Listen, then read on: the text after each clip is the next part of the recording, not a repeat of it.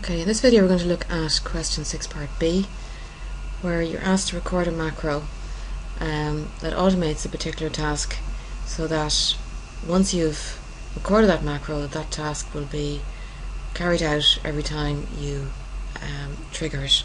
Now there's many different ways to trigger it. You can associate this macro with a button or a key press. In this case we're going to use the shortcut Control Y. So the macro is going to be very simple, or at least the task is going to be very simple, and that's basically we're just going to type our name and number at the top left corner of every blank sheet in our workbook.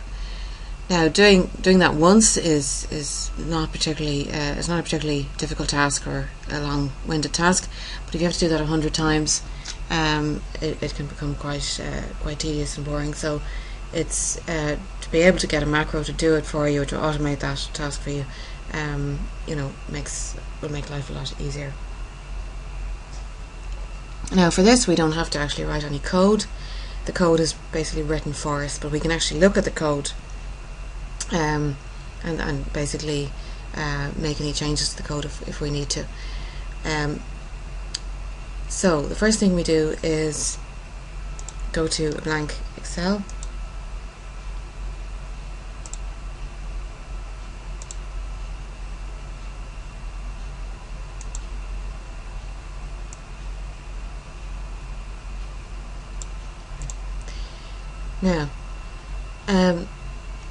Now there's a few checks we need to do before we set up this macro.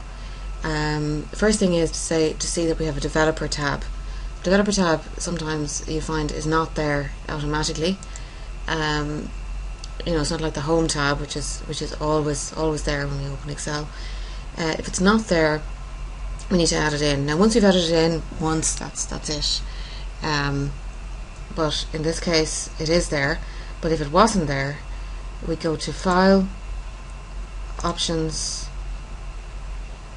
Customize Ribbon, and tick the Developer option on the right hand side under Main Tabs. Okay, just press OK there.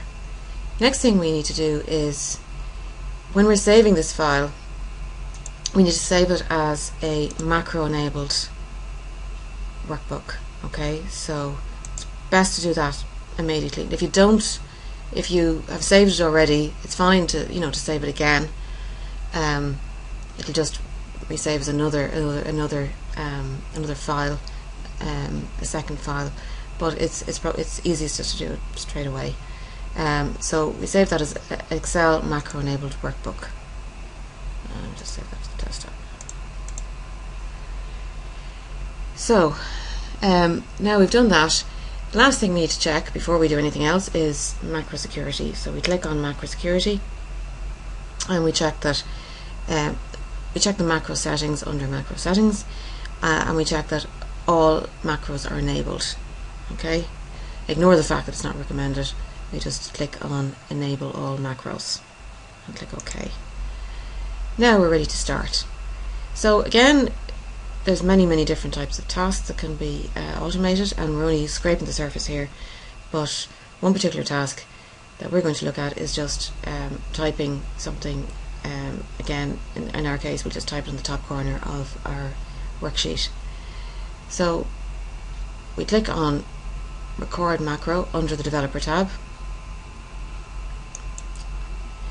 give it a name,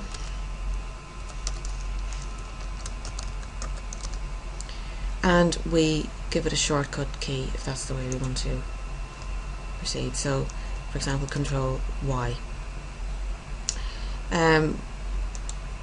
We can check where we want to store it. In this case it's this workbook, and also we can give a description. If we have a few different macros, it might make sense to give some sort of a description to differentiate it from other macros we've stored.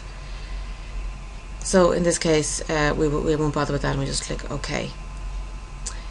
Now we begin to record. So whatever we do from now on the worksheet is recorded. So I'm just going to type in student name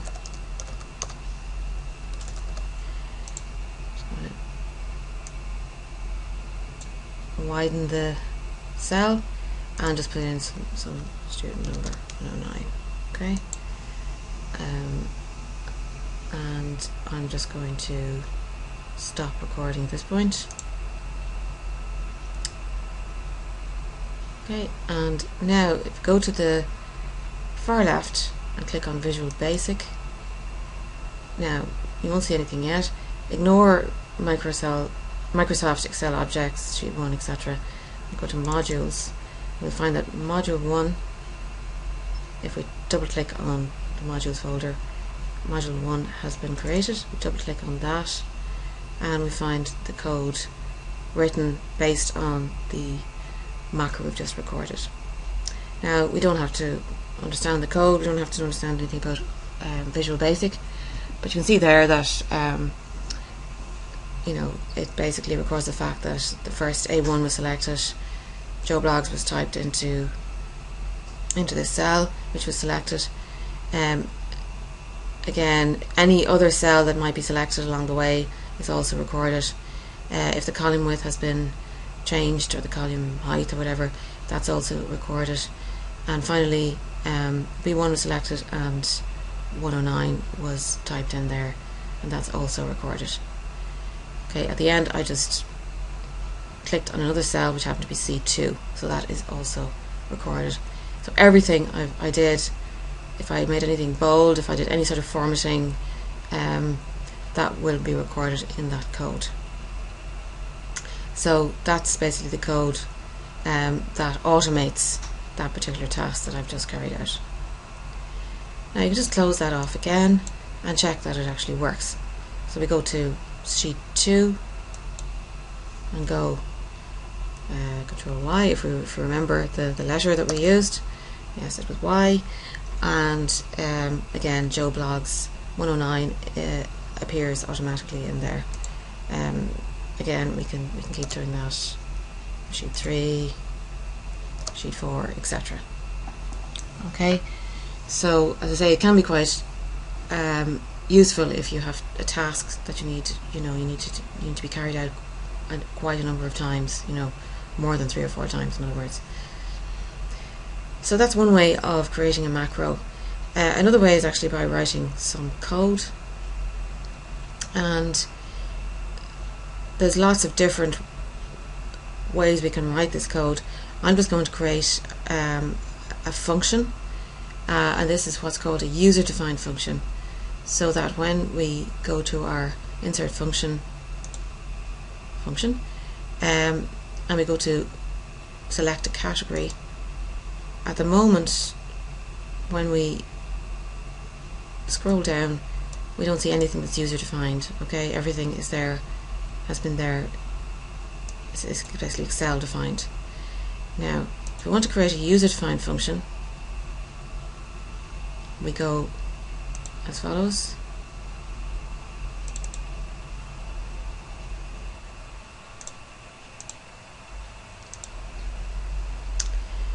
Well, basically the code is very, very simple for just this one particular function. Now the function in this case you're asked to create is a function that adds 3 numbers and divides by 10. But of course it can be simpler than that, it can be more complicated than that, it doesn't matter what the function does.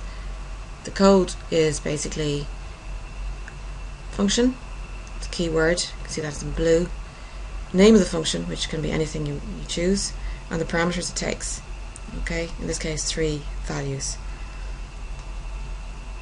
That function name then is basically set to whatever you want the function to do. So in this case, add the 3 numbers and divide by 10. So like in any other language, whatever happens on the right hand side is calculated, and the result goes into, in this case, mycalc, which is on the left hand side. And basically mycalc then, if you like, carries that result for any 3 values that you input there. Now obviously those 3 values are going to be input through Excel itself. Finally there's just an end function, which basically tells Excel that the function is over. So in this case, notice that we actually created a second module. Now the first case, the module 1 was created automatically when we recorded the macro. Module 2 we actually have to create separately. So to do that, you just right click on the folder and insert module. Okay, I've just created module 3 there. Now I can just delete that as we don't actually need it. So remove module 3. Right.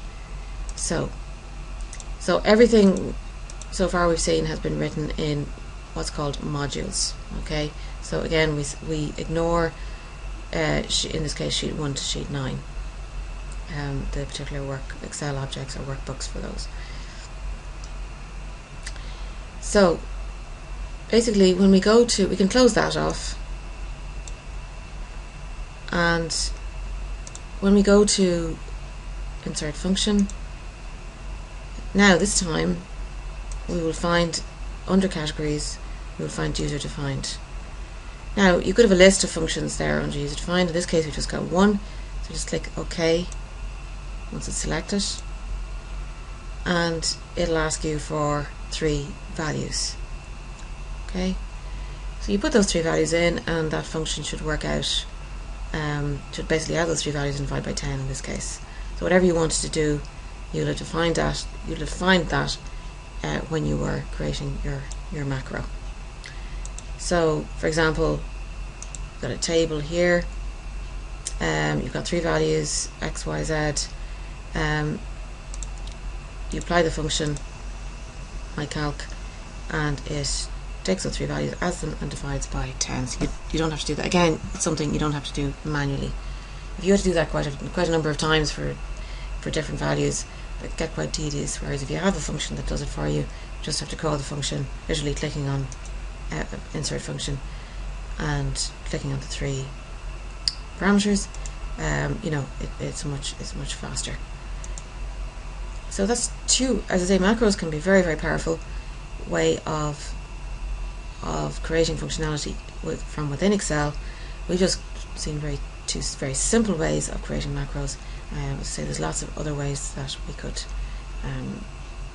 create even more powerful functionality.